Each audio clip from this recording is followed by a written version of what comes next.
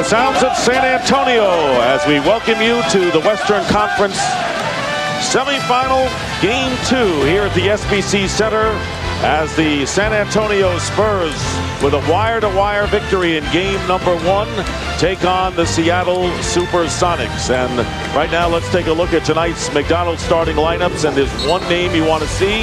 Will he be in or not? And he is. Ray Allen, questionable with a sprained ankle that he suffered in the first game, is going to play. Nate McMillan says there is no limit to what he can do in the game. So the Sonics badly need one of their top scorers in history as Ray Allen is here. Dick Stockton along with John Thompson and Rex Chapman. So now the Sonics have to be boosted really considerably with Ray getting the nod tonight.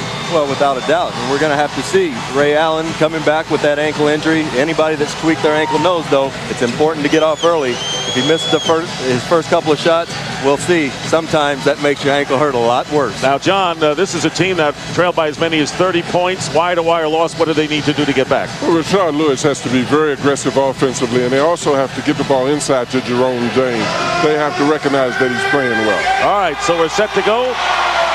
There is Ray Allen, who scored 8 points in 13 minutes, going 4 of 7 from the field. Joe Crawford, James Capers, and Bob Delaney are our officials. This is game 2. Spurs winning 103-81, the lowest scoring total that the Sonics have scored in the playoffs. And the opening tip won by Seattle in gold, and Allen controls, guarded by Bruce Bowen. Luke Ridnour and Tony Parker, the 2 point guards, and Tim Duncan out to meet Reggie Evans. The Sonics can't be impatient. One of the things that they have to do is get good ball movement so that they can get good shots. Rashard Lewis misses the first shot of the game, and Luke Ridnour fouls Tony Parker. Ridnour has been, well, he's got his hands full playing Tony Parker and has all year. Parker scoring the first 7 points in the first quarter, and Nate McMillan knows they've got to do something about Parker. And we're going to see if they're going to do a little better job on Tony Parker. They want to keep the ball in his left hand, keep him on the left side of the court. He's much less efficient on that left side. And once again, Brent Barry starts as the off guard. Manu Ginobili will be coming off the bench. It's worked since game 2 of the series against Denver, and Tim Duncan gets the scoring underway. Well, see, when Tim turns to the outside, that negates the help that James was given. If he's effective with that, Seattle's going to have a problem. And the Sonics are missing Vladimir Radmanovic, who is their top scorer off the bench, and their 3rd leading scorer during the regular year suffered a sprained ankle less than a minute before Ray Allen had his sprained ankle, and the foul inside against Nazr Mohammed. And, Coach, I like the fact that they went inside and gave the big fella Jerome James a touch right off the bat. They've got to keep him involved, keep his confidence up. Jerome James came back to earth in a big way, John, with only 4 points, 2 rebounds after a great series against Sacramento. Well, one of the reasons why he hasn't scored a lot is that I think that they bypassed him a lot in the last game. You've got to give him touches, as Rex indicated, if for nothing else but to make the Spurs react to him, which opens up the outside for their shooters. And Bruce Bowen committing the foul on Ray Allen, and a lot has been going on before the series started, but obviously Bruce Bowen getting under Ray Allen's skin. The two have clashed before. Once they were friends, they share the same agent, and Bowen fouling Allen to start this game. And this is a good sign for Seattle fans. Ray Allen going up, he's going up strong. He comes down awkwardly, lands fine on that ankle, but that's an important play for Ray Allen. He's got to get himself into the game. And he started to say that he thought when he landed on Bruce Bowen's foot to suffer the sprained ankle that it was Bowen's fault. Later on, he kind of pulled back and said, look, I have to see the tape, and it's hard for me to say now. So it's the two going at it and clashing tonight again. Parker against Ridnour getting in the paint. See, and that's a good sign because Tony in the last ball game got all the way to the goal. Now the Seattle defense is closing up and making it difficult for him. Brent Barry misses a 3, and that is exactly what Nate McMillan wants to do, John. He wants to crowd the paint and give 3-point shots, not let Parker penetrate. Well, he has to do that because his team defense, one man, Tony Parker's too quick to have one guy isolated on him. Reggie Evans travels, turns it over. The score is tied. And right here, Tony Parker doing a good job getting inside, but right there, Sonics defense collapsing, making him force the ball back out. Tony Parker with 29 points, the high score of the game. 11 of 18 from the field, and he has been a scoring demon the last 3 games with 29 and 21 in the last 2 games of the Nugget series before leading the Spurs in game 1. Guys, did I just see Reggie Evans jump up with the ball a minute ago and come back down with it? Here's Luke Ridnour to the right of the key, and Ridnour, who scored 8 points and really hasn't done much against the Spurs this season, 4-2. No, but Luke Ridnour, Dick, is going to be a terrific player in this league. Once he gets some experience under his belt, if he can learn to shoot the ball, he's going to be terrific. But it's very necessary for a young player like Ridnour to get an early start because they're affected so much by how they start the ball game. Sonics with their first lead in the series, and Tony Parker from outside, and Seattle with the rebound. Now these teams in the regular season split 4 games, but many of the principals like Allen and Duncan and Lewis had missed games, so not much he could draw from those contests. Here's Ray Allen off balance, and the rebound by Evans inside. And the crowd yelling for a travel. None called, and here's Ridnour driving the baseline. Duncan getting the rebound.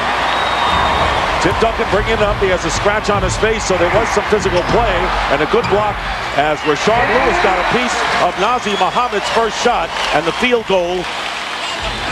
Well, Nazr's not going to get that many passes, so he needs to take that up with 2 hands so that he can earn a foul if he doesn't get the basket. And Duncan has 4 points. We're tied at 4. 3.5 gone by in the opening quarter. See, and I like this. They're going in at least to James now. What he's got to realize is he doesn't have to take the shot every time the ball goes in.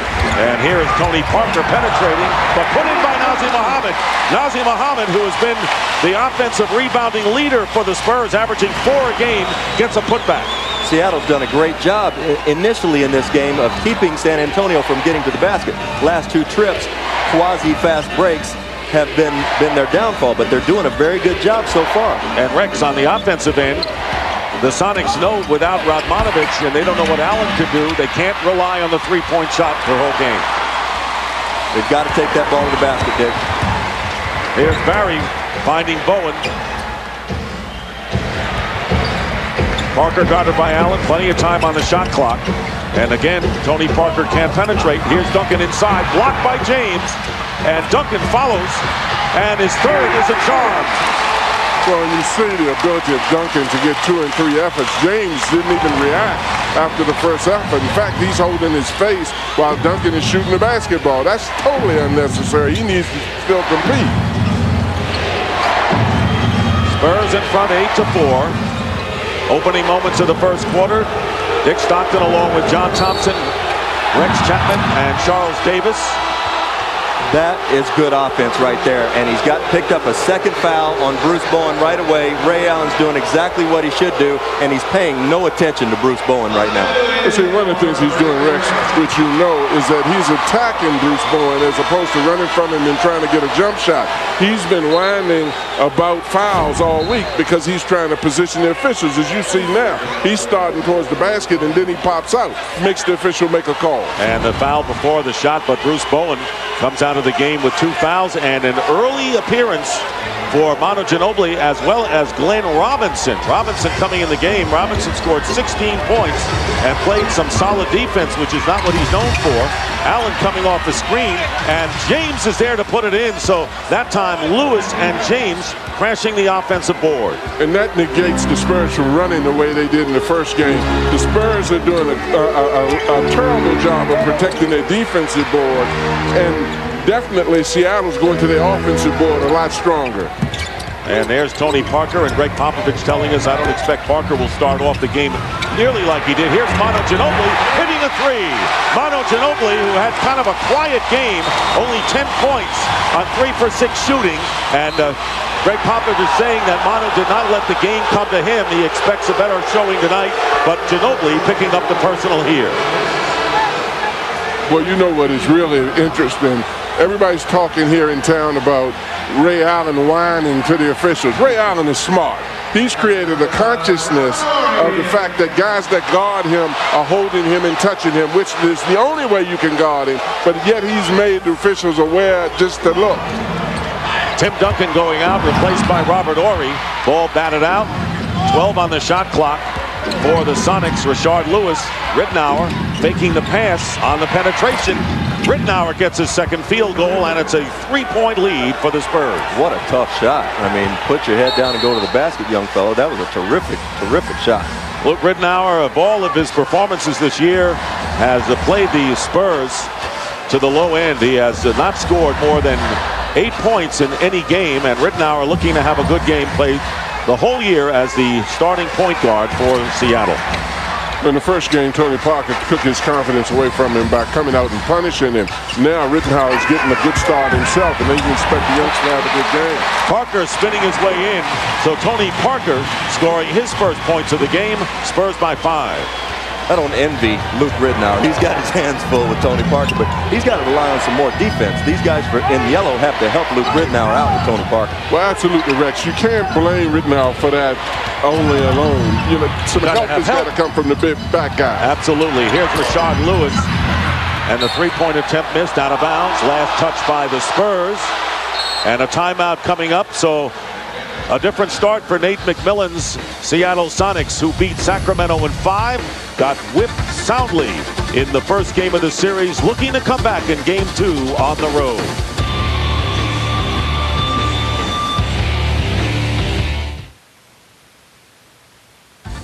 The 2005 NBA Playoffs on TNT, brought to you by Southwest Airlines, official airline of the NBA. By Heineken, it's all about the beer. Heineken. By Ford, 6 all-new vehicles, each built for the road ahead. And by IBM, making on-demand business a reality for companies around the world. Welcome back to San Antonio, where the Spurs lead by 5 early in the first quarter of Game 2. In Game 1, Seattle star Ray Allen hurt his ankle and never returned after a tough first half. But he came to the arena early today after not practicing yesterday in order to get some work in. At 5:30, he got out on the court, moved around a little bit on the ankle, took some shots, made sure that he could test it out so that he could start the game tonight. Since that time, he's added 2 ankle braces, both of them on his ankle, one on each ankle, and he's moved around awfully well in the first half of this ball game. And Coach and Rex had a chance to talk with him before the game to find out if he was ready to go, and all he did was curtly nod at me yes, and went back to his business. And why not? And Ray Allen, who averaging over 28 points again, was the leading scorer in the first round of the playoffs. And when he got hurt, these Sonics were already down by 16 points at that point. A 5-second violation, rarely called, gives the ball over to San Antonio. And Charles, guys, that's valuable information for us because, as we know, in Game 1, this ball game was virtually over by this time of the game. Ray Allen's presence tonight and the fact that these guys have had a day of hell in the film room have turned the energy around for the Seattle Supersonics. Well, if Ray Allen can't play in this game, Vic, if I'm Nate McMillan, I take sick leave. He was practically said that to us. Evans on the follow on Ray Allen's miss. So Allen right now is 0 for 3 from the field. And there is Ginobili releasing down court, getting the lay-in. So Manu Ginobili now with 5 points off the bench and a 7-point lead for the Spurs. Pretty nice luxury for Greg Popovich to get Bruce Bowen in foul trouble and come in with all-star like Manu Ginobili. And Brent Barry also on the bench, and an early appearance for Glenn Robinson, who joined the team late in the year for his mid-range shooting ability, and an offensive foul has been called against Evans, his first foul. So there is Reggie Evans, undrafted, coming off a quiet game, scored only 3 points, but had 7 rebounds, tied with Nick Collison for the team lead.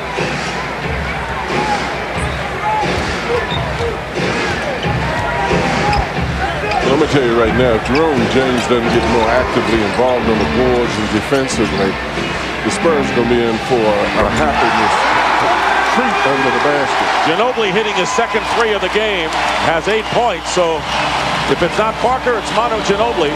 And one of them usually picking up the slacks. Manu early on. And Ori blocks Jerome James, and Evans misses the follow. And Evans has missed several opportunities on the offensive glass. He has. He's been right there. He just hasn't been able to finish. But I'm with you, Coach. Jerome James has got to get down in a stance or something. And Parker on the fast break. So those that think the Spurs play half-court offense have not watched Parker and Ginobili. When it's there, they'll take it. And a 12-point lead for San Antonio on a 9-0 run. Well, defense leads to offense, guys. Jerome James gets a shot blocked by Ori. Reggie Evans misses a point-blank putback. And on the other end, transition. Defense at its worst.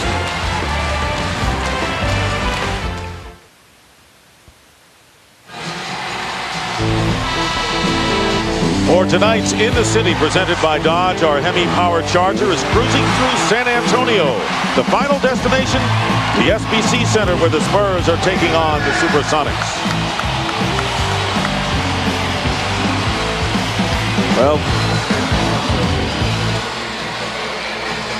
Well, you know, this is an example of what has to happen with Seattle, that when they get involved in this game, you've got to have some good play out of James and Evans. Combined now, you see 37 minutes, 7 points, 3 for 9, field goals, 9 rebounds. These two guys have got to show up and do a lot of the so-called dirty work, the banging and the activity underneath the basket. So far, they are 1 for 6 from the field, but they do have 7 rebounds between them. Here's Antonio Daniels into the game. This is the shot, and here's the break. It's a 3-on-1. Parker in the middle, feeding Glenn Robinson.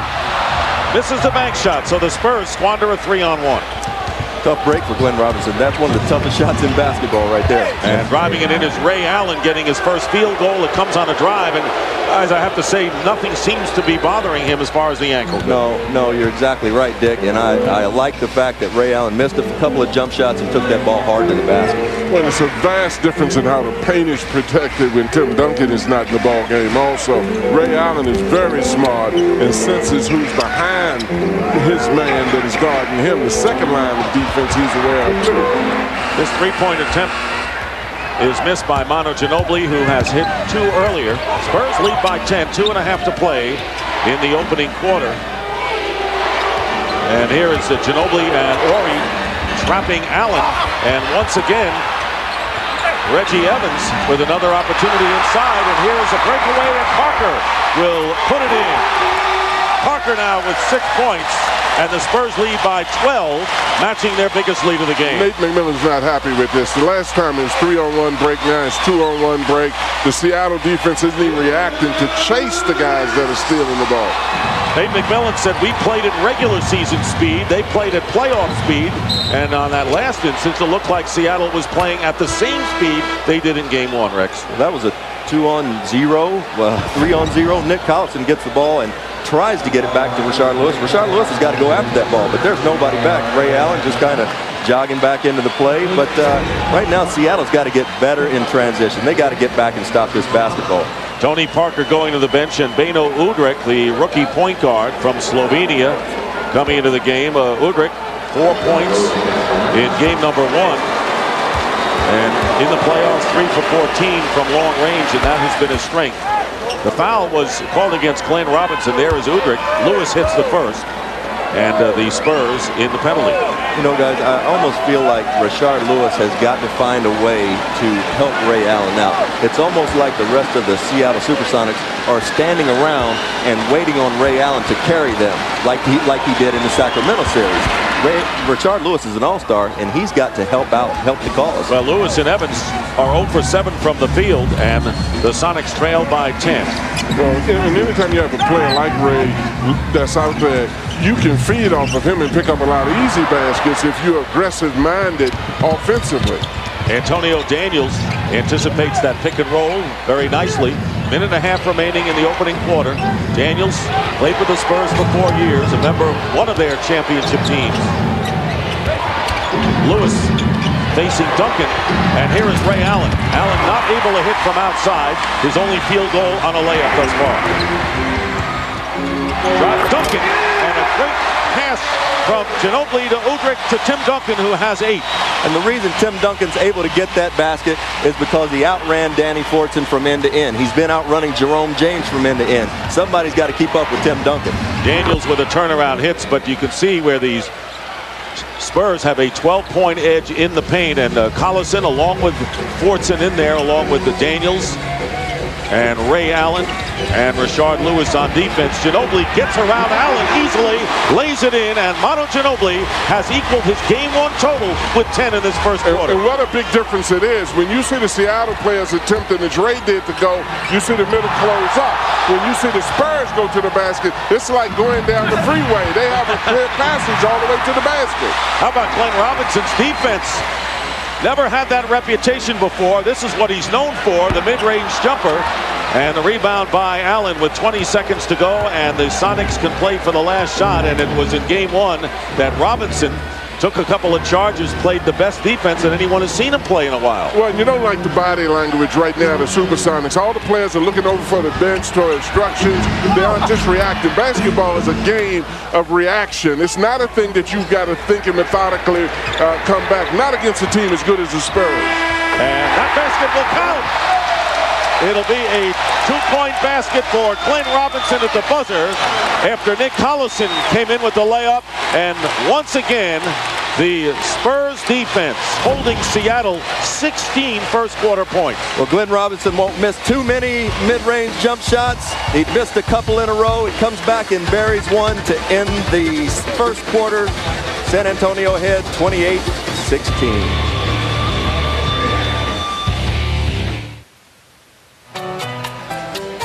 And welcome back to the Western Conference semifinal playoffs. Game 2 between the Spurs and the Sonics Thursday night on ESPN. It's the Heat and the Wizards in Game 3 of their series, followed by the Spurs and the Sonics. Coverage begins at 8 p.m. Eastern. Spurs shooting 54% from the field. And they're 3 20-point scorers in the playoffs. Tim Duncan, Manu Ginobili, and Tony Parker have hit 11 of 17 in the first quarter, and they've held the Sonics to 26% from the field. Well, one of the reasons they're shooting a high percentage is they're getting down and getting a lot of layups on them. And Seattle's not even getting back in transition.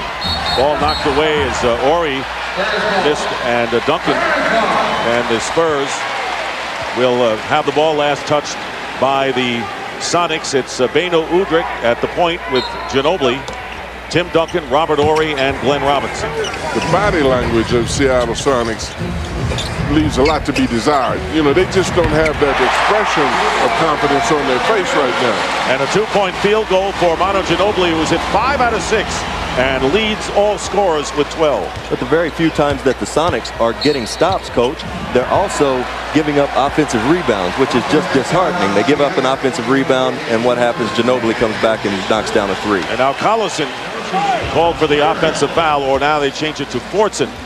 And Ray Allen starting the second quarter on the bench, having scored 4 points, played all 12 minutes in the opening quarter, hit 1 out of 5 from the field, and that was a layup. Be interesting to see how Ray's ankle responds after he gets cold from sitting on the bench. A lot of times when the guy's hurt, you're better off in leaving him out there so that he can stay warm. Well, I agree with you, and I wouldn't expect, Nate knows this, and I don't expect Nate to leave him over there that long.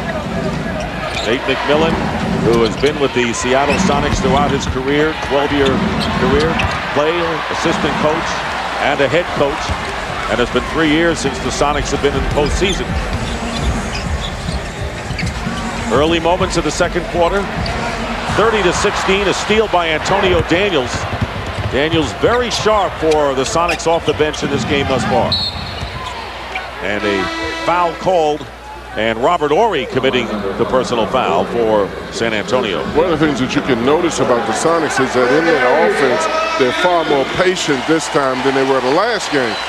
However, they're still, when they miss, they don't get back fast. They tried to slow the pace down so they could get a reasonably good shot and not initiate a fast break. But even with a slower pace, the Spurs are still able to get layups. Daniels with the penetration has 2 field goals in the game as Brent Barry, who started the game at shooting guard, replaces Manu Ginobili, who goes out with 12. Ori has it batted away, and the foul is called, and Collison inside had his hand on the ball, and the foul is called against Luke Ridnour on a reach-in. Well, Antonio Daniels does a nice job of using the screen and roll coming in. He's always been a very good guy going to the basket. Antonio Daniels has the sleeve on a la Hakeem Olajuwon from a few years ago when Hakeem was going through some blood clots in his leg, and I don't know whether that's a style thing or out of necessity for Antonio, but bringing some of the old school back, it looks like. The thing you like about him, though, is his aggressiveness, though. You know, he tends to play with a little attitude a little bit, and I think that's what Nate would love to see some of his other players right now. When he talked about stepping up a notch, this is what he's talking about with the attitude you see exhibited now. Robinson going out, replaced by Tony Parker, and Rashard Lewis is into the game, and checking in as well, Ronald Murray for the first time, and Luke Rittenauer going out of the game having scored 4. So Horry on the line once again, and Robert Horry shooting 50% from the field and 42% from three-point range in the playoffs. Nothing new for him. Well, he's had enough experience, I would say, in playoff ball games that, you know, this is nothing new, period, to him. You think about a guy like Luke Rittenauer in here, and his emotional feelings as opposed to Horry's probably are the opposite end of the spectrum. One in his second year, and Horry in his 13th season. Well, Lewis is a guy also, Dick, that you would expect, particularly Ray Allen is not in the game. There's a guy that's an all-star that cannot just blend in. And Collison on a nifty feed. Good penetration that time by Daniels. Well, Antonio Daniels has practiced against these same players for the last 4 years. Right. He knows their strengths, weaknesses, tendencies, and Nick Collison doing a very nice job of finishing at the basket right now. And Duncan gave Fortson a shot to the face. There you see the scratch on Duncan's face from the game 1 physical stuff, and there's Duncan, who gets called, and that's his first foul. Tim Duncan fighting for position and gives a little push off. Danny Fortson with a little bit of a flop, but hey, turnabout's fair play. Danny had his share of calls, bad calls and unfair calls in this series. Fortson driving in out of control, and here's a 4-on-1 break. Brent Barry reverse layup. So the fast break story right now favoring the Spurs. It shouldn't be that way. Nate McMillan's team likes to get out and run, and it is 33-20 San Antonio. But they like to run the opposite way. There are a lot of people who are offensively quick and defensively slow, and most of the time it's just an attitude. Barry on Daniels, and setting a screen is Fortson. 4 on the shot clock, and Daniels did not set himself. Wild shot for him. Just a horrible possession all the way around. Antonio Daniels is the only player for the Sonics to touch the ball that entire possession. See, and that's what happens once things aren't going well. You've got to still maintain and stick to the game plan. But if you become impatient, particularly against a team like the Spurs, they'll take you right out of here. Air ball by Udman, put in by Nazr Mohammed. And the biggest lead right now by the Spurs. And getting back to Seattle, Nate McMillan say we got to get away from one pass and shoot in this one. He said we got to move that ball around. San Antonio's defense is just too good. It's designed to beat. It's designed to beat teams that are driving the ball into the middle. Well, San Antonio limited the Supersonics to 22 points in the first quarter of Game 1, 16 in the first quarter of Game 2. So they've even tightened their defense.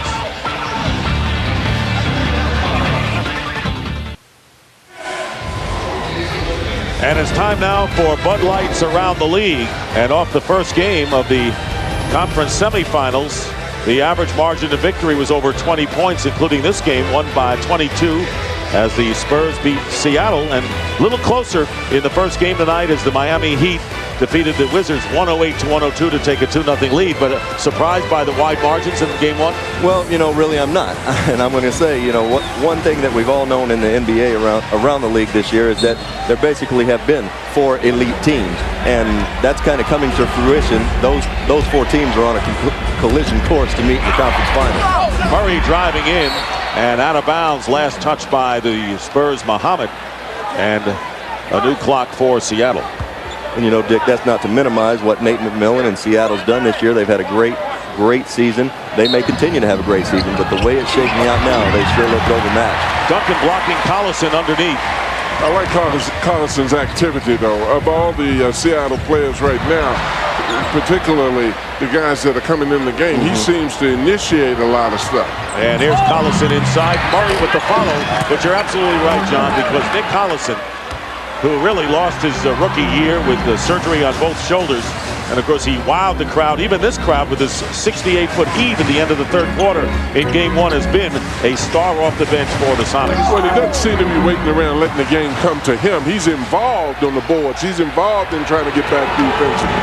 Ray Allen back in there and shadowed by Bruce Bowen. Allen loses Bowen, and the offensive foul is called against Nick Collison.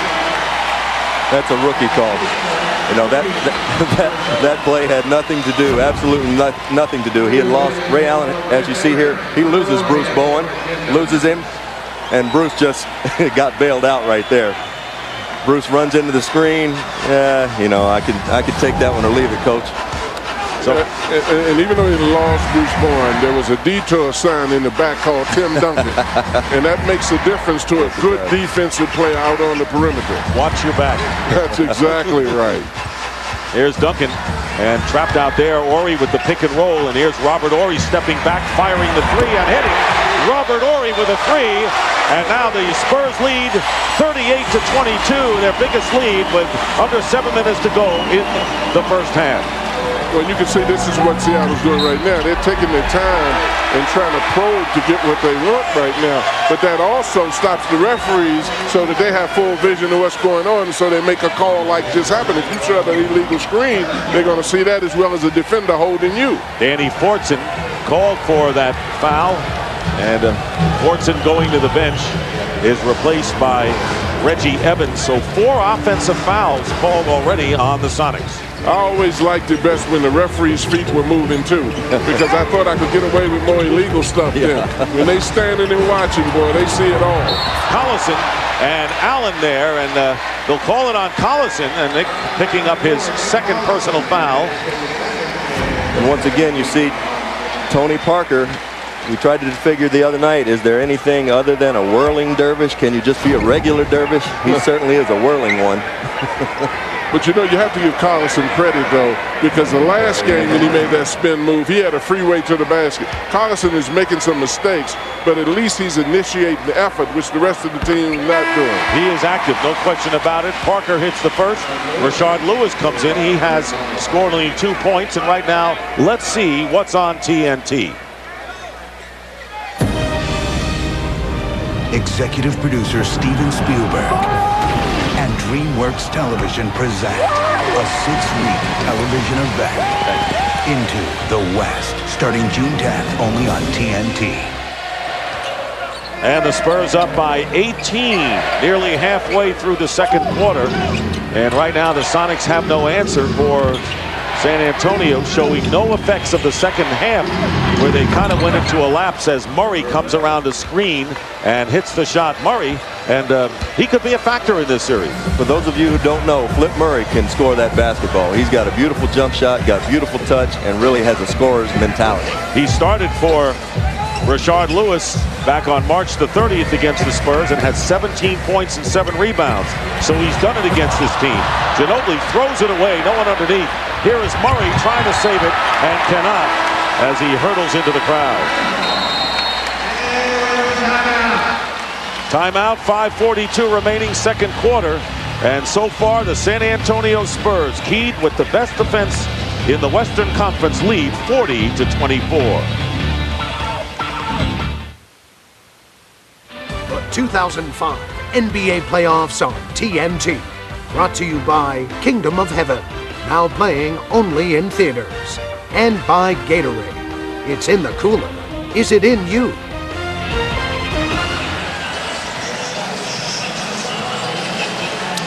And we were wondering how Ray Allen was going to react tonight to his ankle injury in game one. Well, he seems to be doing okay, but also a little out of sorts, as we see him miss the jumper as he gets fouled. And then this is very uncharacteristic Ray Allen, missing by a mile.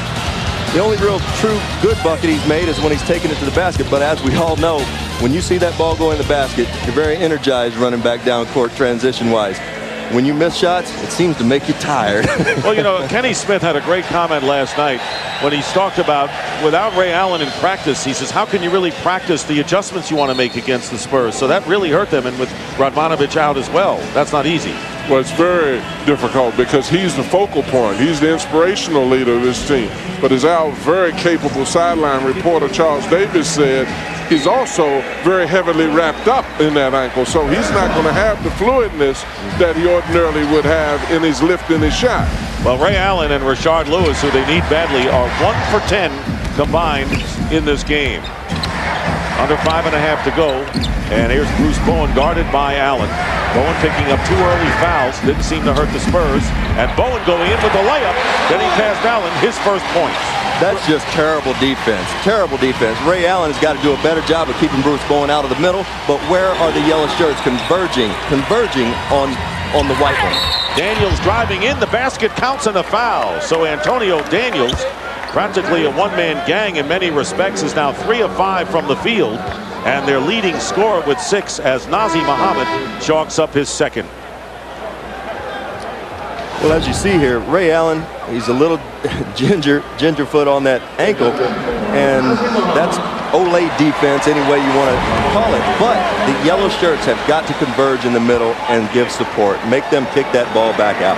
Daniels in his 8th year from Bowling Green. Well, and I love just what you said, Dick. Daniels is a guy who's aggressive. He's a guy who's attacking constantly. He's got a little attitude, a little expression about him. When you look at a lot of the Seattle players right now, they've looked as if the game is over when the game is just started. Well, Collison and Daniels have been the 2 leaders in that department. Well, exactly right. They're making sins of commission rather than sins of omission. At least they're trying something. Parker driving in, winds up on the floor, and a 5-on-4 now for the Sonics, and the turnaround by Rashard Lewis and his first field goal, and it comes with 4:42 remaining in the first half. Well, that's inexcusable because Rashard Lewis is an all-star. He can get more than 1 field goal off the glass, filling the lane as he just did. He's too good as a ball player to be this inconspicuous as he is in this game, particularly with Ray Lewis out. And he was going to be really the X factor in this series. Ginobili throwing it away, and Daniels is there. 3-on-2, and Murray with the reverse layup. Here's Lewis again. Fake, and he gets the basket. That's what he should have been doing. I mean, now he's involved in the ball game. There are many ways in which you can score in a ball game other than in the half-court set. And particularly when you have his kind of ability and athleticism. It's inexcusable for him to be this inconspicuous. Well, the Sonics were down by as many as 18, but they've outscored the Spurs 7-0 in under a minute to cut it to 11.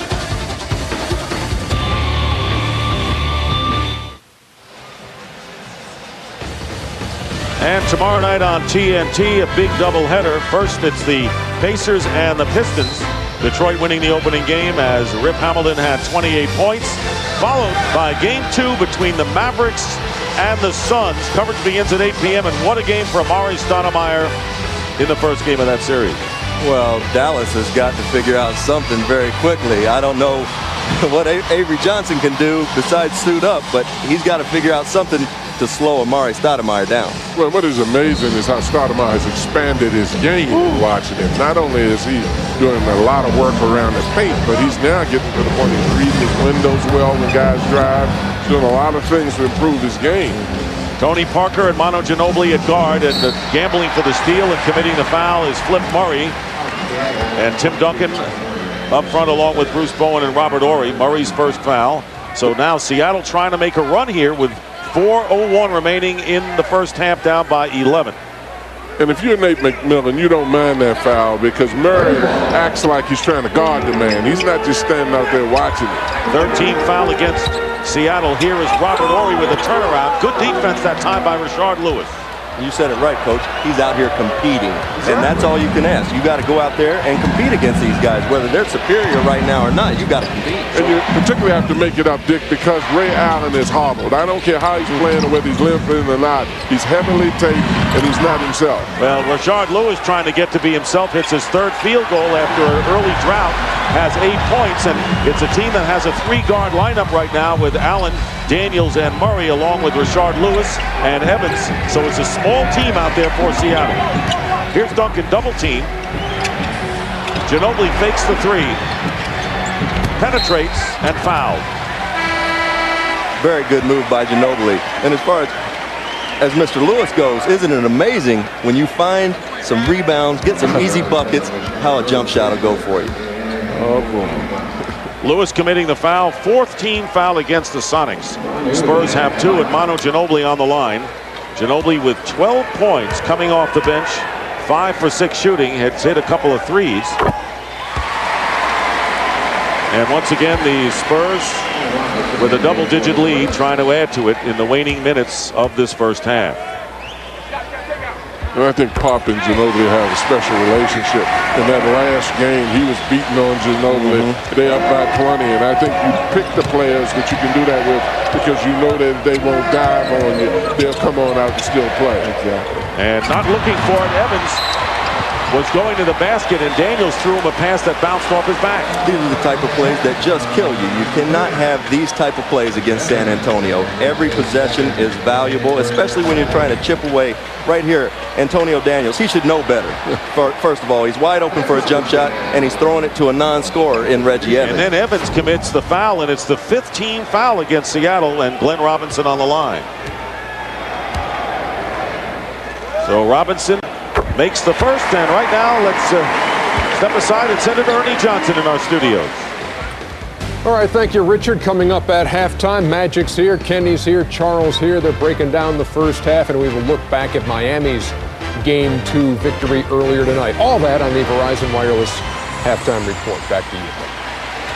All right, Ernie, it's a 13-point lead for the Spurs. Seattle down by 18 at one point. Remember, they trailed by as many as 30 in Game 1. Down by 13 and trying to get it under double digits before intermission. Well, they're trying to be cautious and probe to be assured of getting a good shot because they shot up a lot of wild shots before. But you got to get back, and that's what they didn't do in the early segment. And how about Lewis after a slow start? Number 2 for 9 in the first half of Game 1, but he's cooking now. 4 of 9 for 10 points. And that's what Seattle's going to have. They've got to have shots go down for them. If they don't have a chance in this series. Under 2.5 to go off the rim. Duncan missing.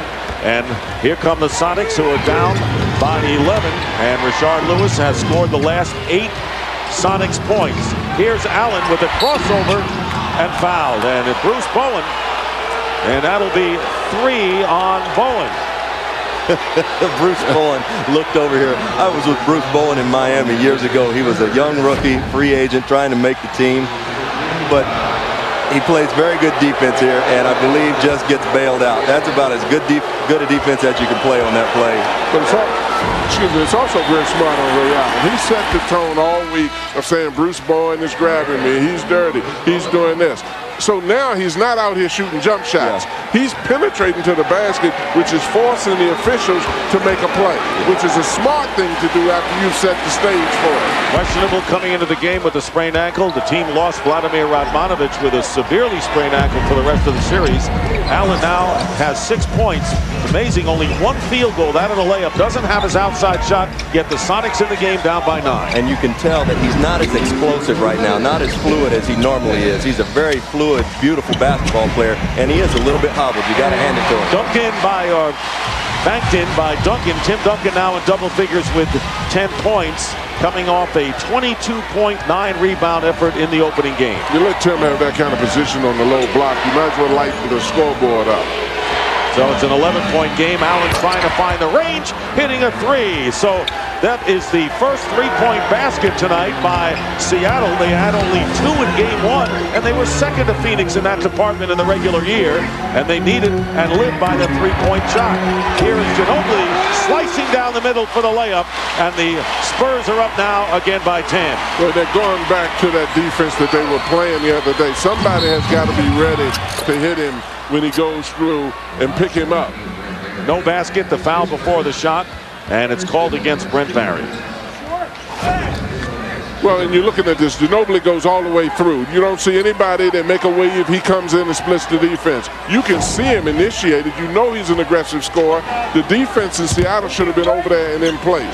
But I was amused at Evans on that last pick and roll. When he went to the basket, he saw the receiver. The old-time point guards like Magic in them, if a big guy rolled to the basket, they'd hit you in the head with the ball.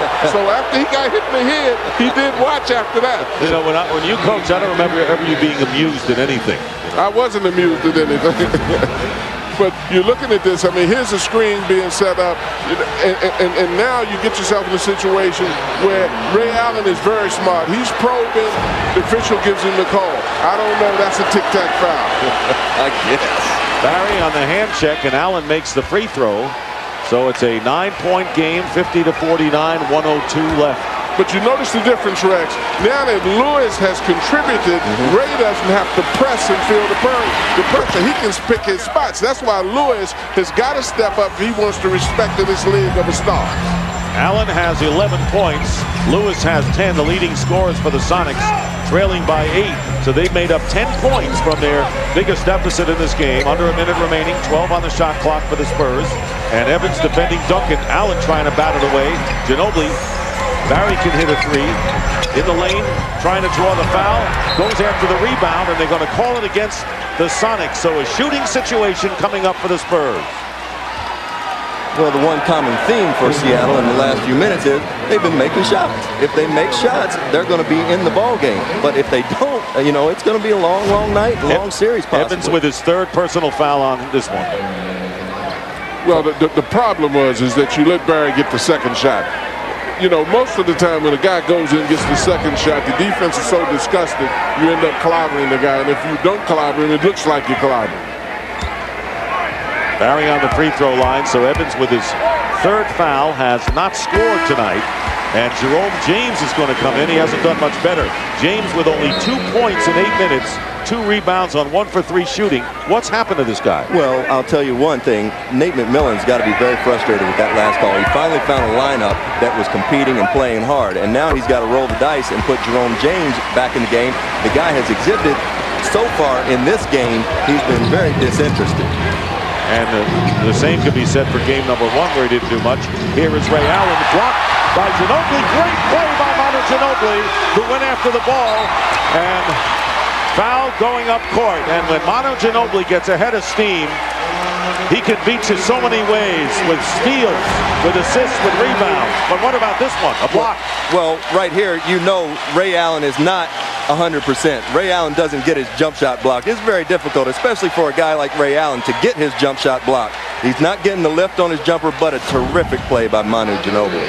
And James committing the personal foul, Ginobili for 2. Well, you love the fact that Ginobili is competitive. Yeah. And that's what Nate is trying to get out of his team. Just get out and get energized, scrap your way, make the game get ugly, and then put yourself in a situation where you're able to win. But you can't stand around and just watch guys go to the basket the way they've been doing. Yeah, John, and has he raised his level in this playoffs? And what a year for Manu Ginobili, because Manu now, who's played on a championship club, wearing the gold medal for Argentina in the Olympics, he hasn't had much time off from basketball. All you can do every night when you lace your shoes up is compete. And Manu Ginobili is going to give himself a chance every time he steps on the floor. Well, that's what I think James has to do now for the Sonics. It's one thing to receive passes and score, but you have to compete and get on the glass and block shots now. Playing for the last shot, Murray feeding Rashard Lewis. And that'll do it. So the Sonics cannot score at the end, and so the Seattle Sonics came within 8 points, but a late flurry by the San Antonio Spurs lead it by 12. Ray Allen with 11 points on 2 for 7 shooting. And Manu Ginobili, who has 18 points in only 60 minutes of playing time, is with Charles Davis. Manu, you're averaging nearly 21 points per game for the playoffs, but 18 in the first half. How were you so effective in the first half scoring? No clue. I just came in and make a couple of threes, so that helps everything. Your confidence goes up really high. You and Tony Parker, the energizers of this team, have you guys made a conscious decision to come out and really attack from your positions on the offensive end? That's how we play. We are pretty quick, so we're trying to go by our first line. And once we are close to the paint, try to finish, get a foul, or find the open guy. That's the key of our game. All right, thanks a lot, Manu. 18 points in the first half for Manu and Ginobili. Now let's send it to Atlanta and Ernie Johnson.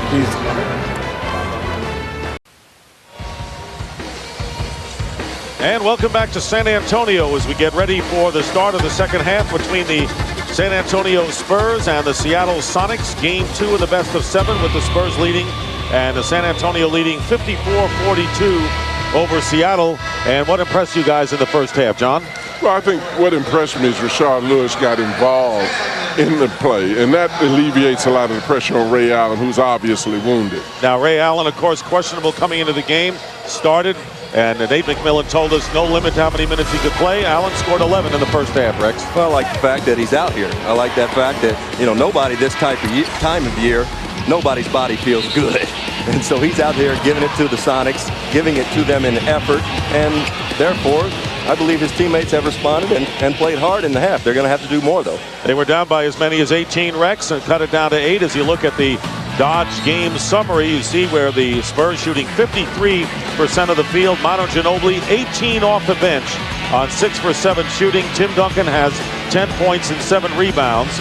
And the Spurs have a plus 10 in points in the paint, plus 8 in fast break points, and a 4-point edge in second chance points, covering all areas. For another area, here's Charles Davis. Guys, I talked with Dwayne Casey, the assistant coach for the Seattle Supersonics. He says they want to do a better job of spacing in their half-court offense because they think they can start to get the ball to Rashard Lewis a lot more. He came alive in the second quarter, and they have to get back in transition on defense. You guys pointed that out often in the first half. They're obviously not happy about it. All right, Charles, but I go back to what John has said many times in this game, and that is that some of the big people are not playing that they wanted enough, and against the Spurs, that could be fatal. Well, and that's definitely fatal. As well as Davis has pointed out, getting back defensively is important, but you got to help. You got to help. Ginobili driving in for the layup, and the Spurs starting the second half with Parker, Ginobili, and Brent Barry, along with Duncan and Nazr Mohammed. 20 for Manu. Speaking of help, oh my goodness, somebody needs some help in the yellow. And Jerome James Seattle still waiting for him to emerge like he did in the first round of the series. James putting up a short jumper, and Duncan getting the rebound. For Duncan, that is his 8th rebound. See, one of James's biggest problems is up and down the court. He has shown that he's got some offensive moves, but he's got to get involved in following up for rebounds, blocking defense. Tony Parker with the jumper, and it's 58-42, so 5 points by the backcourt. Start off the second half for the Spurs.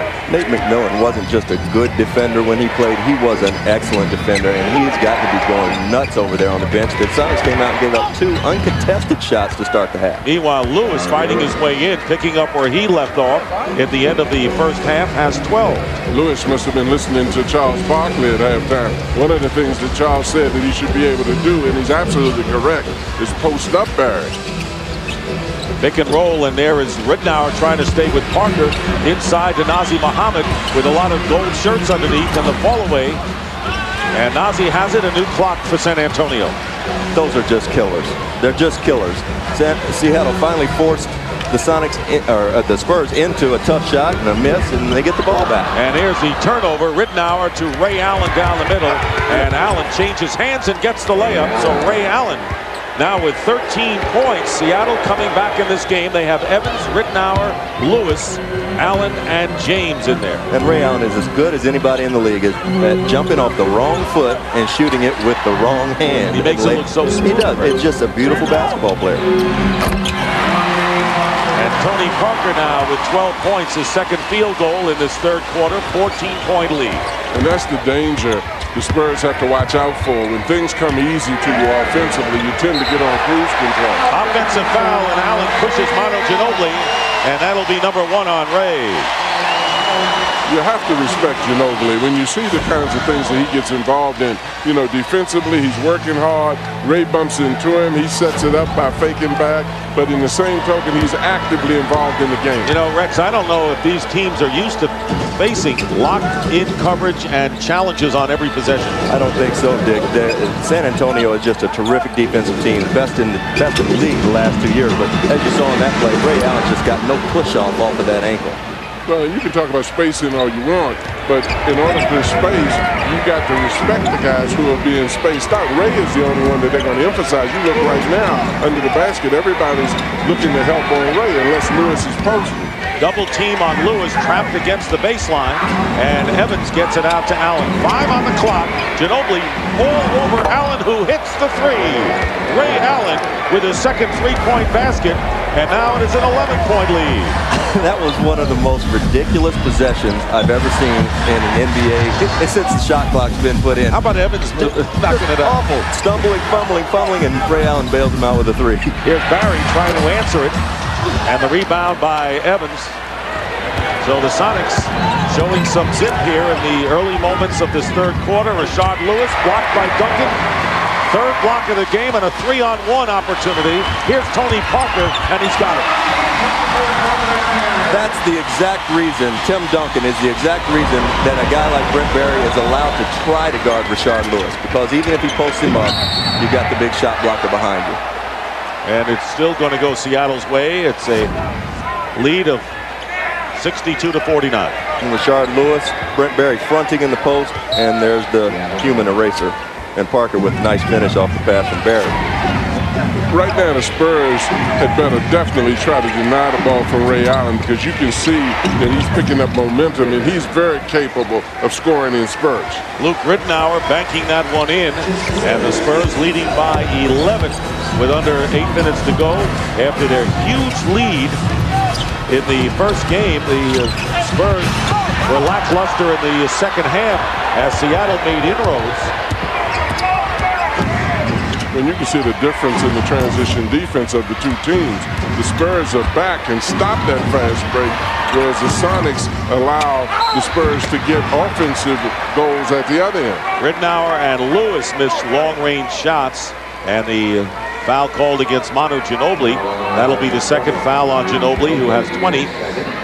And Evans will go to the line to shoot 2. Evans has yet to score tonight, has missed 4 shots from the field, but has chipped in with 11 rebounds. Well, you got to love Reggie Evans' work ethic. The guy is a dirt worker. He's down there. He's fighting. He's battling. He's doing all the things that don't show up in the stat sheet. The guy is a relentless worker. And we've been calling for other people to score. But in the same token, Ray Allen is heating up. You got to go come by and see about Ray before you start taking those shots right now. Check out NBA TV for highlights, breaking news, press conferences, and behind-the-scenes action during the entire postseason on NBA TV. 1 out of 2 from the line for Evans, and the Spurs lead is down to 10. Reggie Evans looks like he's shooting a football up there. But I agree with you. Even though he is, you're absolutely right about the fact that he's actively involved. He's competing. Long rebound, missed by Parker, gets it back from Nazr Mohammed. Can't happen, Dick. It's just a killer. Cannot happen. You can't let a team as good as the Spurs run their offense, get a shot, and then get an offensive rebound. Barry for 3. Brent Barry. And the Sonics know all about that after 5 years coming off the bench. Wanted to become a starter, but maybe more than that. Came off the bench this year, wanted to play on a possible championship team. Brent Barry, took a while for him to fit in with his team. And there's Ray Allen in the lane with the jumper. Allen now with 18. He's picking him up now. He made that shot look easy. I mean, that's one of the most difficult shots in basketball. Running one-handed, he was palming the ball and floats it up and didn't even ripple. You know, John wanted to know about how Allen would respond after sitting a while, and it looks like he's okay. He's responding quite well. And that's a shot where he can jump off of his good ankle as well. So we have a timeout, and Allen has 8 of his 18 here in the third quarter, but Bruce Bowen, who has 3 personal fouls, is going to get the call coming into the game when we return to the SBC Center in San Antonio.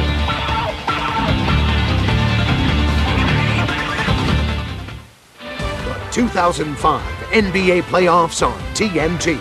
Brought to you by Chrysler. Inspiration comes standard. And by Verizon Wireless. We never stop working for you.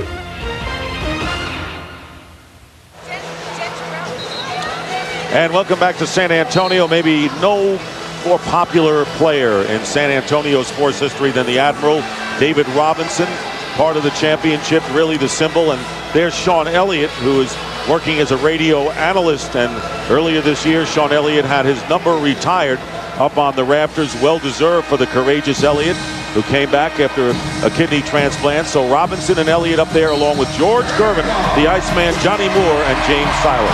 Well, I had the opportunity to play in with David in the '87 Pan Am Games, and Sean and I had the unlucky fortune of being the final 2 cuts on the '88 Olympic team by Who cut you? yeah, well, some guy, some old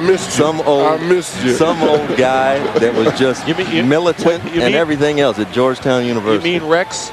you have said I'll sit next to John Thompson after that experience and do games with him. I admire you for that. Not only that, he helped me out the other day. I didn't deserve to make that team. He made the right call. Well, James committing a second foul. Duncan misses the first free throw. We told you Bowen had come in the game, and now Robert Horry checking in. Horry has 4 points, and going out is Nazi Muhammad. Muhammad tonight has 8 rebounds. That's his stock and trade. And here is Duncan on the line. Must be incredibly tough to make those final cuts, John, on Olympic. Well, it was. It is extremely tough, and we can see the challenge that we're facing now, but I'm certain that Mr. Colangelo will do a great job. I think he will. Spurs by 12.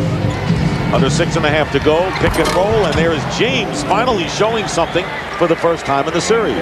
Well, and he's looking to the referee, telling the referee that somebody hit him on the arm. When you play in that hole, you're going to get hit. Big fella, just work. And Ridnour gave him a beautiful pass. Parker wending his way in, and Evans gets the rebound. Evans doing a monster job off the boards, has 12, and the foul is called. And right now, Tony Parker hit in the left eye, and Parker is saying, don't I get a call for this? Meanwhile, the personal foul on Robert Horry, but Parker was hit in the left eye.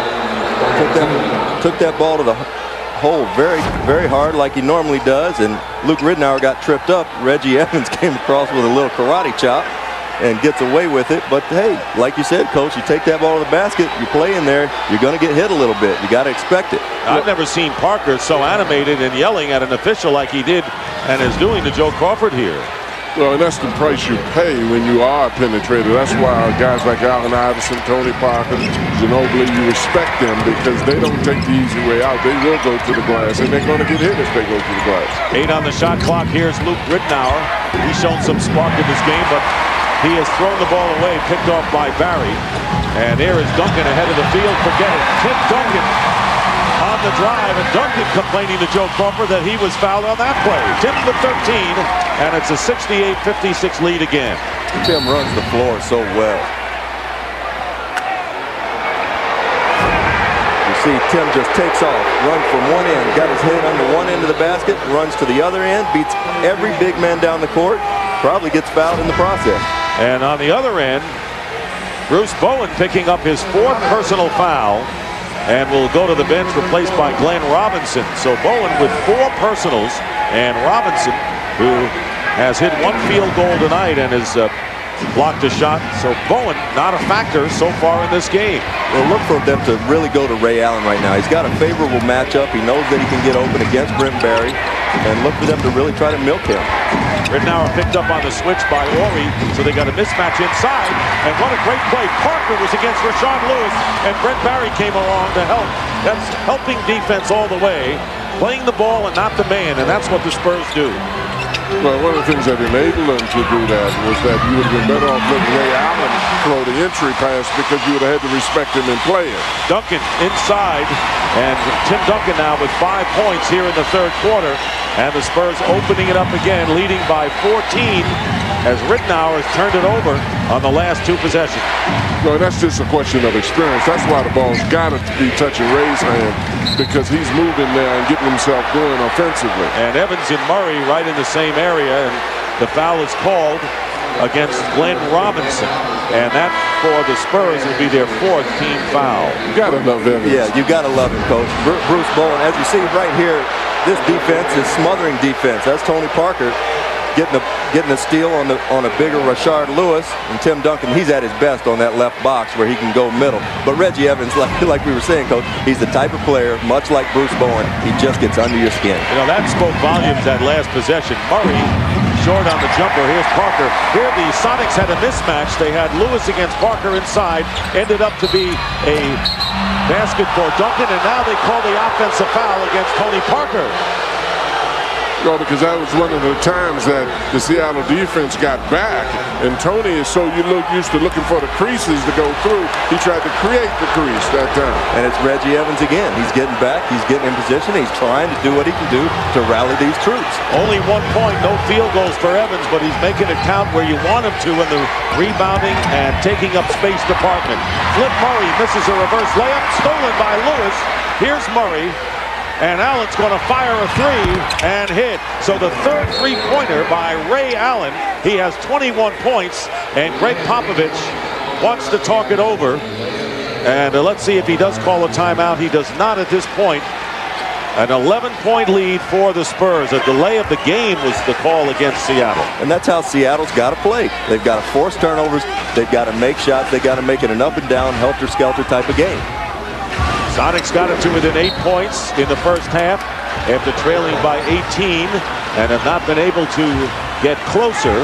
And right now, the Spurs have 11 seconds to attempt a shot. I tell you, we're giving Ray Allen a lot of credit, which he deserves. But Reggie Evans is having an impact on this game. Duncan is absolutely angry at him right now. Duncan with the basket and the foul. Tim Duncan with 17 points, 7 here in the third quarter. I don't think I want Tim Duncan to be angry at me.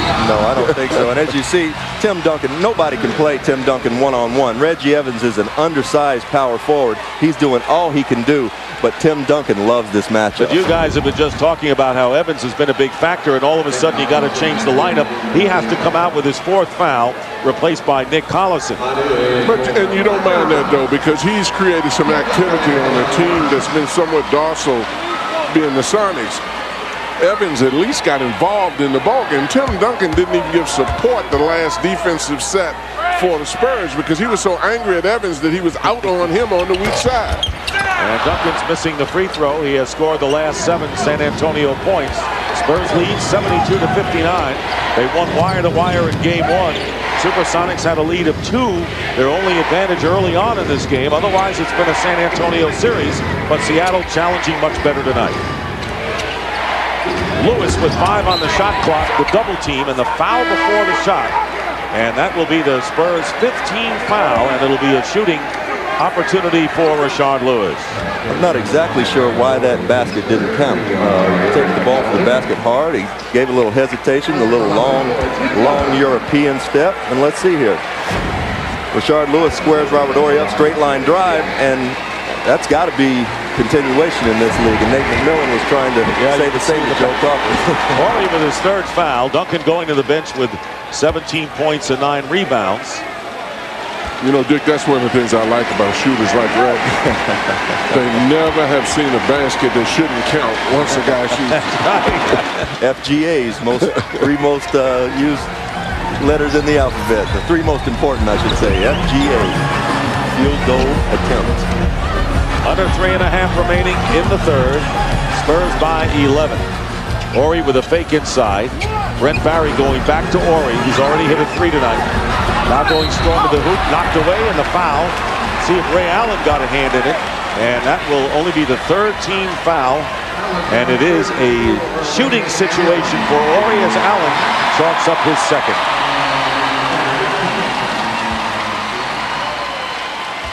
Thursday night on ESPN, it's the Heat and the Wizards in Game 3 of their series. Miami leading 2-0, followed by the Spurs and the Sonics from Seattle. Coverage begins at 8 p.m. Eastern.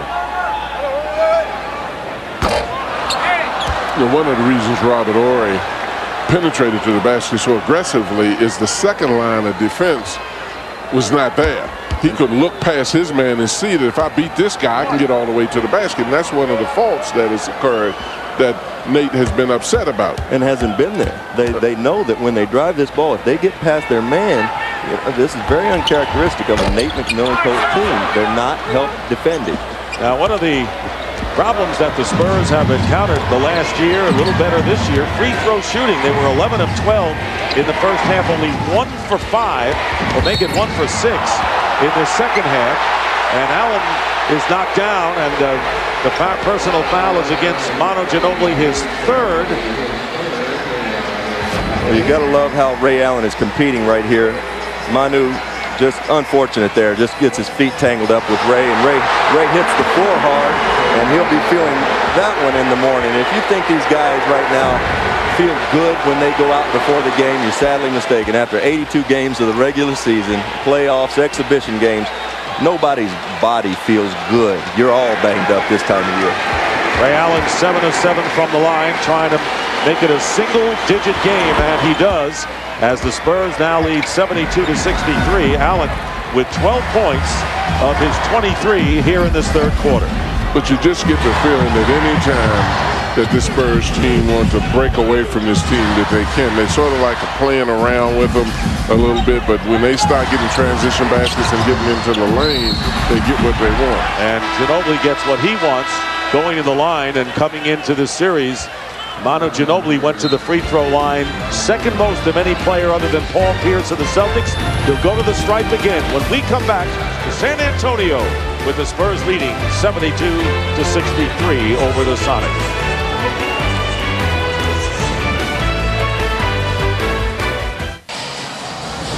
And it's now time for the Gatorade Around the Cooler Report. And for that, here's Charles Davis. Thanks, Dick. Let's talk about the Vin Scully School of Statistics. Players under the age of 23 in the NBA playoff scoring edition. But we've got a guy here tonight by the name of Tony Parker, who is number 2 on that list.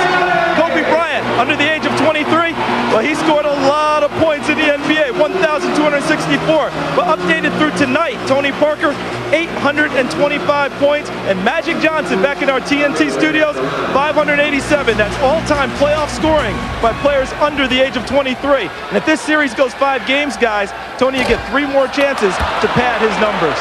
In pretty impressive company, Charles, as Parker now with the 14 in the game, had 29 in the first contest. Manu Ginobili makes 1 out of 2.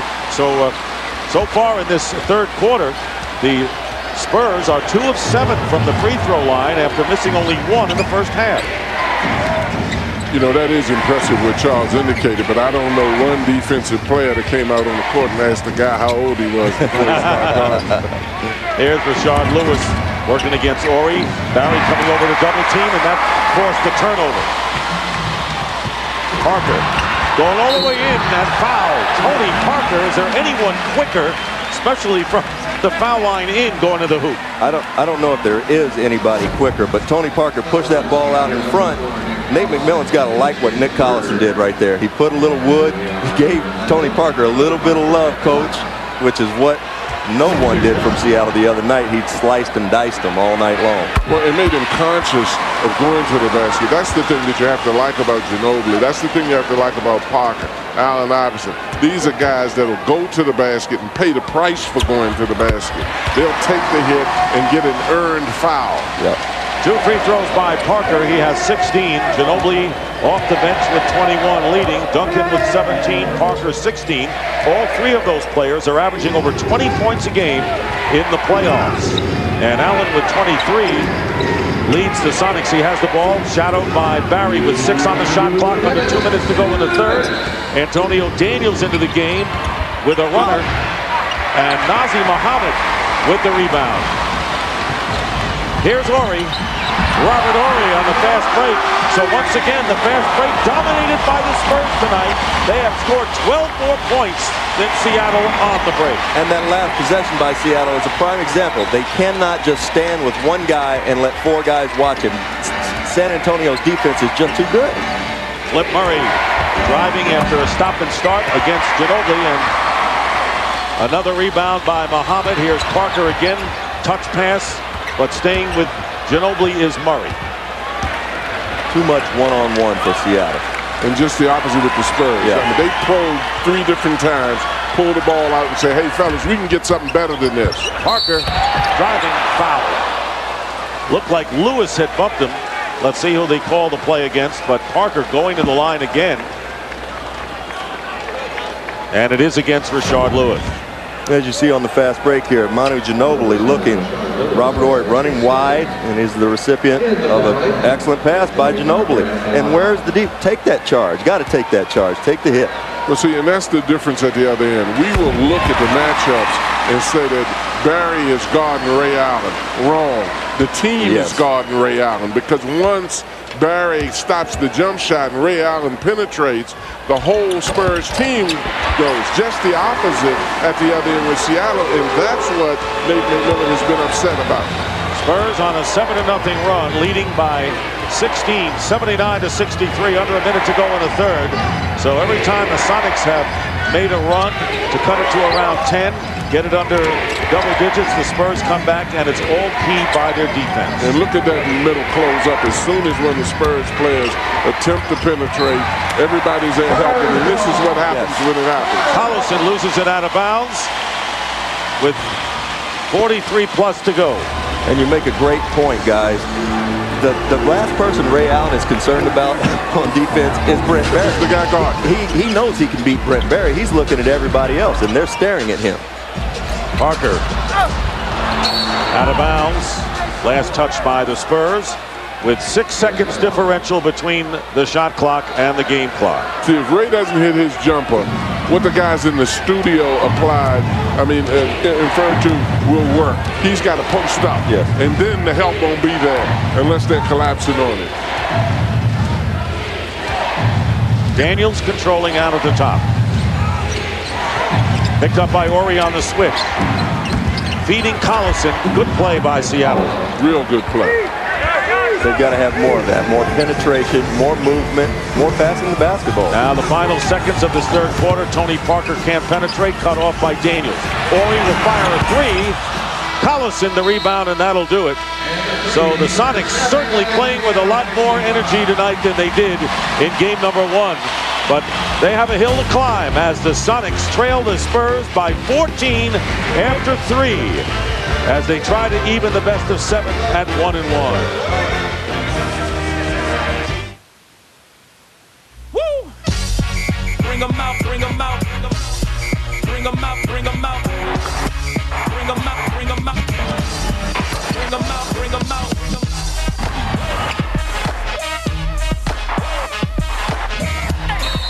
Endurance.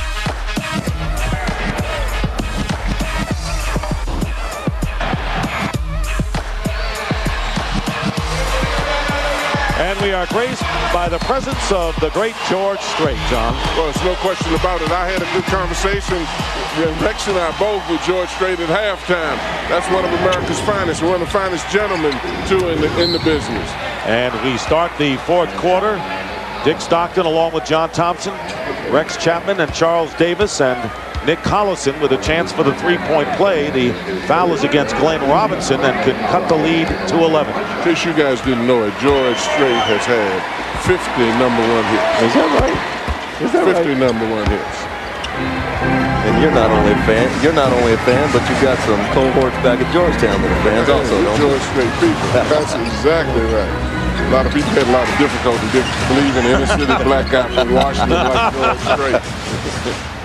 With you, no one would not believe anything, I would have to say. Watch yourself. Is that widely known, by the way, of your interest in friendship with George Strait? Country music. I came to Georgetown singing country music. I love George Strait. You're not a closet George Strait fan. No. Okay. Anybody knows that. Okay. You don't want me to start singing, man. You're right. Well, that's going to be in the next game. Ginobili with 8 on the shot clock. Driving in the paint with a one-hander. Manu Ginobili, great touch there. Has 28. He has hit 23, I should say. Has hit 8 of 9 from the field. What a tough shot. And right now, Seattle's biggest hurdle is they've got to match San Antonio's intensity and try to take this crowd out of the ballgame. Ray Allen on the bench right now has played 32 minutes. Rashard Lewis, not enough on it, but the rebound by Collison. And they're going to call the foul against the Spurs. Collison, great hustle. There is Allen, who has scored 23 points in 32 minutes. Second in time to only Rashard Lewis, who has 34. Meanwhile, Manu Ginobili picking up his 4th foul. And Bruce Bowen, who has 4 himself, will replace Ginobili, who's obviously upset. And, even though Lewis missed that last shot, Rex, I like the fact that he attempted it. Because he's a guy that's got to get out and can't wait for the game to come to him. He's got to be aggressive. He's got that kind of talent. Rittenauer with Murray, Antonio Daniels, Collison, and Rashard Lewis, and Beno Udrih who has come in to give Tony Parker a breather, picks up the foul. So a couple of quick fouls against the Spurs, 3 already in this fourth quarter. Well, here, I believe, with Ray Allen on the bench, Rashard Lewis has got to do what he's just been doing. Take the ball to the basket, initiate contact, but take advantage of the matchup he's got right now. Get the ball to him. You got to make the post pass. Double team, Duncan and Udrih. Daniels for 3. And Barry times the rebound perfectly. And that's okay. That's okay. You got a good look at a three-point shot off the double team. Duncan. And you front Duncan, you get burned. And here's Manu as the cheerleader on the sideline. Tim Duncan now with 19 points and a 15-point San Antonio lead early in the fourth. And that's not okay. And it's a question of experience because they just swung the ball to the side that Collins wasn't on and got the ball into it. And it's Robinson on Lewis. Robinson has showed some defensive prowess in the first 2 games of the series for the Spurs. Daniels with acceleration and a nifty layup by him. Very, very nice, explosive move. Antonio Daniels has got great quickness, and again, he's not afraid of these guys. You saw him every day in practice for 4 years. So he's got the kind of attitude that Evans has. You know, he's attacking, he's going after. Collison is that way also. You know, this is what you need a little bit of, particularly when this game goes back to Seattle. And a hacking foul on Tim Duncan, and it'll be the 4th foul on Rashard Lewis.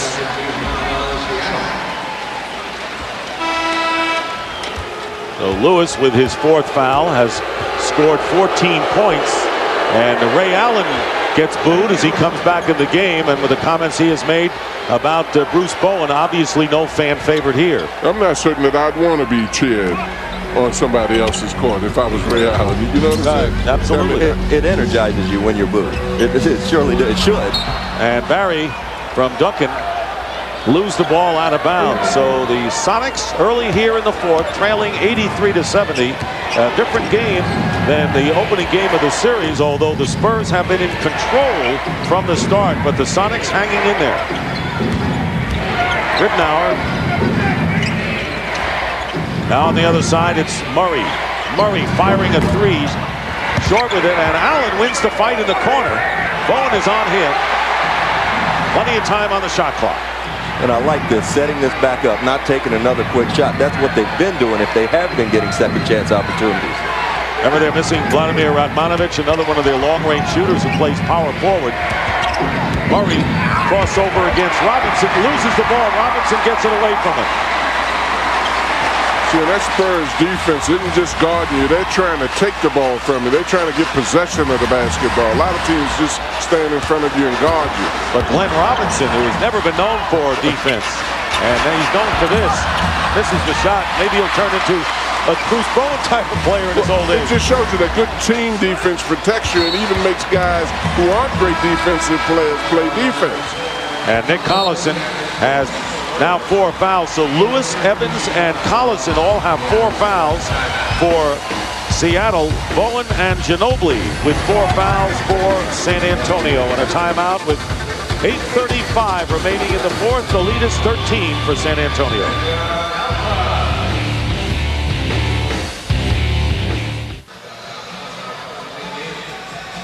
Well, what do you do when you come to the arena before the second game of a big playoff series and you're Rashard Lewis? Hey, you can control the blimp in there. Manually doing that. This is fun, isn't it, guys? Well, you know, if this game comes down to who can control that blimp the best, then I've got to say that Rashard Lewis and the Sonics have the best chance of winning the game. But I can think of better things I'd have been doing before the ball game. And I'm too conservative as a coach to find that acceptable, to tell you the truth. So you just disregard my feelings at that point. Not when you got beat that bad by the Spurs that you're out here fooling with a blimp. Robinson guarded by Lewis with 10 on the shot clock.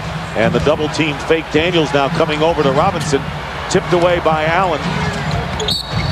And it's going to be 3 seconds on the shot clock for the Spurs.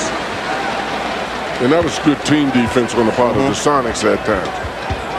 3 seconds on the shot clock. Bowen will inbound with Udrih, Duncan, Barry, and Robinson. And here's Beno Udrih.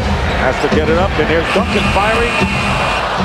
And Lewis getting the rebound. Tomorrow night on TNT, Pacers Pistons. Game 2 of their series, followed by Game 2 between the Mavericks and the Suns. Coverage begins at 8 p.m. Eastern. 8:05 remaining. As Allen missed the shot from outside. Allen is 6 for 13 from the field, has 23, and has seen a lot of action. 34 minutes of this game after being questionable with a sprained ankle before the contest. Robinson, way off for him. Normally doesn't miss by that much. And he's probing to try to get inside. Now the Seattle defense is doing what it hadn't been doing, is closing up the lane. And Lewis with a long three, and Udrih gets the rebound. So the Supersonics at 39% shooting, and the Spurs at 51%. They have been over 50 virtually this entire game. Well, a lot of that reflects the layups, the penetrations to the baskets, the posting up that they've been doing. Like this. Although Duncan's shot goes off the rim and Ridnour comes down with it. Nearly 7 minutes to go. Spurs won the opening game by 22.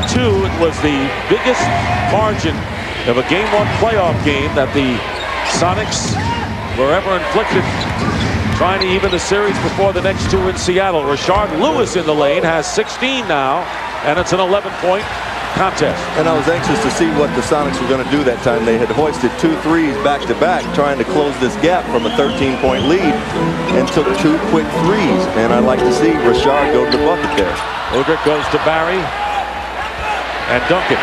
Tim Duncan from outside, you leave him open, he'll hit. Duncan with 21 points on 10 for 17 shooting. That's just too easy. And Jerome James has got a tough cover, but I just can't get over the fact, and I hate to kill a guy, but I just can't get over the fact that he just looks disinterested right now. Robinson committing the foul, and that'll be the 4th team foul against the Spurs, and 4 against Robinson off the bench. Robinson tonight playing 20 minutes. And I think Jerome James has made a lot of progress, Rex, but I think he's got to get in better condition so that if a guy is facing the basket, he feels comfortable going out and still being able to retreat. Also, his transition up and down the court. He obviously has gotten better offensively off of the block. Tony Parker returns to the game. Robinson sits down, scoring 4 points tonight, picking up his 4th foul, and the offensive foul called against the Sonics. Jerome James. James has 4 points and 3 rebounds after a 4.2 rebound game in the first contest. And you wonder if a guy who, by the way, is a free agent, maybe believing his clippings that he is a 17.9 rebound player as he was against Sacramento. Well, I believe so, but right now he's got his hands full, and they're going to go to a steady diet of as much of Tim Duncan on this end as possible. Ginobili, good touch from the baseline. Ginobili now with 25. Well, he can hurt you in so many ways. And I love the fact that he puts out defensively, gets loose balls. And they're going to call the block on Bowen as Allen driving in, and Bruce Bowen now 5 fouls on Bowen.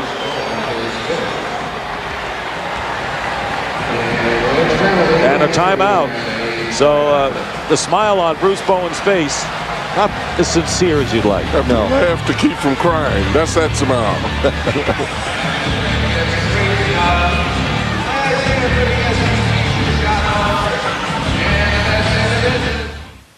The 2005 NBA Playoffs on TNT.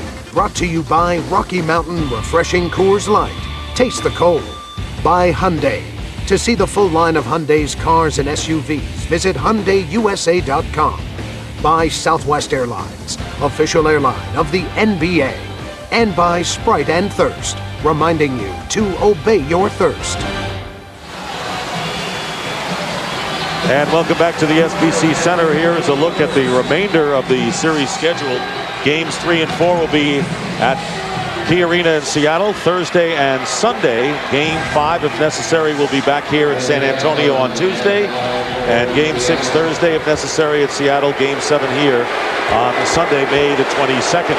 So Ray Allen on the free throw line, looking for his 24th point, and has it. You know, Rex, everyone talks about the San Antonio's great defense, which it is 40% field goal defense. They said, where are they going to get the points from?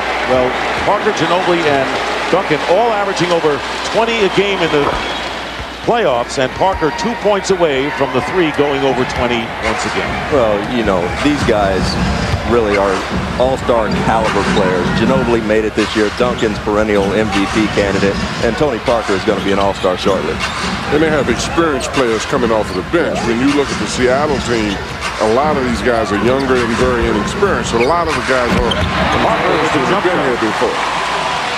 Excuse me, Parker now with 20, so all 3 now are in the 20 mark.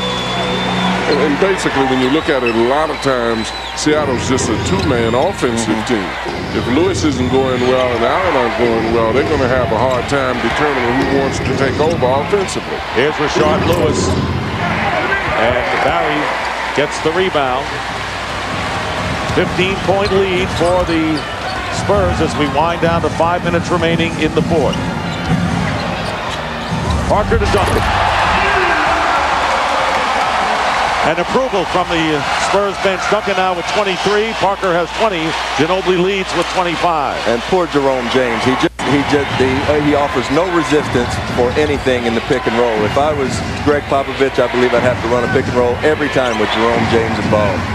Horry guarding Rashard Lewis, double teamed with Duncan, fights through it and is fouled and will go to the line to shoot 2. And as you see here, Jerome James just gets put in the spin cycle. He doesn't know, he offers no resistance, and then he doesn't get back into the play. He's got, like you said, Coach, I believe it's going to help if he gets in better shape. If he'll get in better shape, he'll be a little bit quicker. I don't know if he'll be able to stay with Tony Parker on pick and roll, but he'll offer a little more resistance than he is now. Well, everyone talked about Jerome James and how Sacramento didn't want him, said find another line of work, gave him a garbage bag to leave with after playing with the Globetrotters before he came into the NBA. Well, this is a game of reaction. It's not a game of thinking and then reacting. You got to react immediately. Lewis with the free throw. 91-76 in favor of the Spurs. They have led for the entire game, only for a brief moment were they trailing the Sonics, who were up by 2. Spurs were up by 18, and the reverse layup doesn't go for Parker. Daniels with the lay-in, and there's an example of on a fast break, you just pick up the man, or he had to pick up Daniels there. Well, you pick up the immediate danger. You can't pick up the guy that you're necessarily guarding, particularly when the team steals the ball, gets a rebound, and it's coming down the court. You have to be able to find the guy who is going to create the problem first.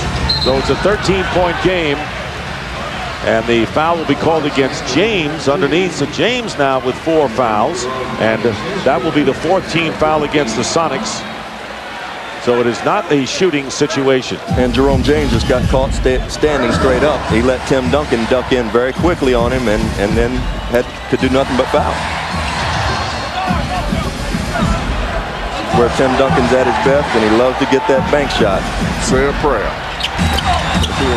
Anytime Tim Duncan faces him, he is helpless unless the team defense is there. Yeah. So the Sonics down 91-78 and have to manufacture points in a hurry against a stifling defensive team. Horry is guarding Lewis. Now James posting up against Duncan with 6 on the clock. The double team with Ginobili. James is short with it. The offensive rebound by Lewis. And here's Daniels for 3, and he hits. Antonio Daniels, the ex-Spur, cuts the lead to 10. Well, and James is coming back pleading with the referee. He's got to play. Let the referee make the calls, but he's got to put in some work in the inside. And that's a question of experience also. He hasn't been on the floor in significant times enough to understand that. And, Coach, don't you want him to go toward the bucket, go up and create contact? Well, and react after one movement. You got to have 2 and 3 consecutive reactions out there. And James fouled Ginobili, and you could hear it all the way over to the table. It was that kind of a crunching hit after the offensive rebound. And 5 against Jerome James. 10-point lead, and this is the opportunity the Sonics have of cashing in right now, thanks to Daniels, who has 14 tonight after a 15-point game 1. 2:51 remaining in the fourth.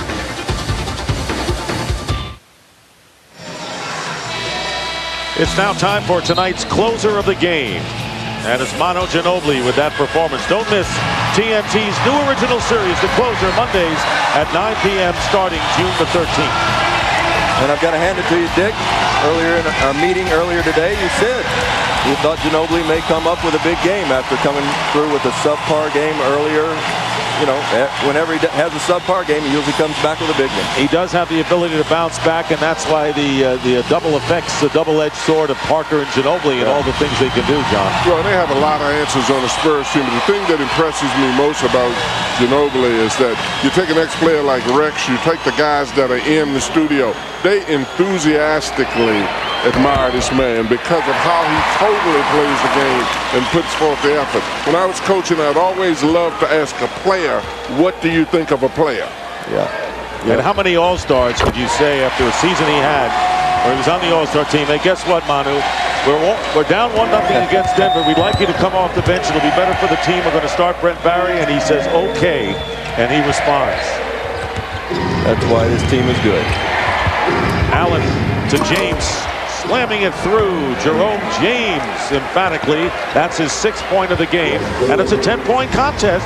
Enough time remaining. Well, and after making that basket, he got back down court faster than he has all exactly night. Right, he gets back that fast on defense, and I don't mean to pick on him because I think he is talented. Back door goes Ginobili, and he's fouled. Tony Parker feeding Manu Ginobili, who is knocked down and helped up by Duncan. Well, and as we see here, this is a great pass back door. Jerome James grabs the rim, and that's goaltending. I believe the Sonics may have gotten away with one there. Murray committing the foul, his 3rd. You know, the interesting thing about guys like Ginobili, he is very, very capable of exaggerating the foul. He's getting hit, but he makes certain that every time he goes to the basket that he puts a little more oomph into it, a little more pain into it. I think George Karl had commented about that in the 1st round. Well, and George Karl's got, he's one to be talkative. Somebody played as hard and as reckless as he did, but I played for one of the great whiners and actors in all of basketball, Danny Ainge, and Danny sold us on the fact that acting is part of the game. You've got to act out there. And there's Ray Allen, who is an actor in movies, on the side. And there is Allen flipping it to Daniels. Daniels, not enough on the layup, and it comes down to Manu Ginobili. How about Ginobili going to the line 10 times, has hit 8, more than any other player on the Spurs. Under 2 minutes to go, an 11-point lead, and Barry hitting a 2. Brent Barry with his 3rd field goal and a standing ovation. Timeout called by Seattle, and the Spurs opening up a 14-point bowl.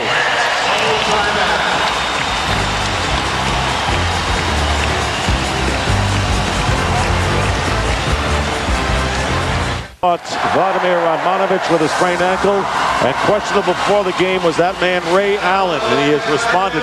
40 minutes of action, 25 points, 6 field goals, 3 out of the 4 3-point baskets by the Sonics, and made all 10 of his free throws. Well, Ray isn't playing 40 minutes because he wants to. He's playing because the team needs. Can you imagine if he did not play in the ball game? And that's a tribute to Nate McMillan. This team, to me, looks like it's really overachieved all season. This is a team that won the Northwest Division, as Rashard Lewis now with 20 points putting it in. So Allen and Lewis account for 45, and Daniels with 14 more. 96-85, Spurs by 11. Murray staying with Barry, now in the low post. Here is Duncan, right now single covered by James. And Duncan's going to go up and under and score. Duncan with 25. Excuse me, Dick. I think Nate McMillan and company have to come back the next game and decide they're just going to take the ball out of Tim Duncan's hands. See if Tony Parker and Manu Ginobili can carry this team, because they're just giving them anything and everything right now. Easier said than done, as Parker is fouled and will go to the line with 1:09 to go. Well, and the upside is the fact that Lewis joined Allen in this game. Yes. Now, if they can get some good minutes out of James, and James on the board and playing defense in the lane, give him the ball early, they might be in a little better position. But they have been outplayed by the Spurs in the first 2 games. You saw Manu Ginobili get a hand as he went to the bench with 28 points tonight, hitting 2 threes and 8 for 10 from the line. And Parker, and we're going to see Devin Brown, very huge fan favorite, replacing Robert Horry, who goes out. But there is Devin Brown.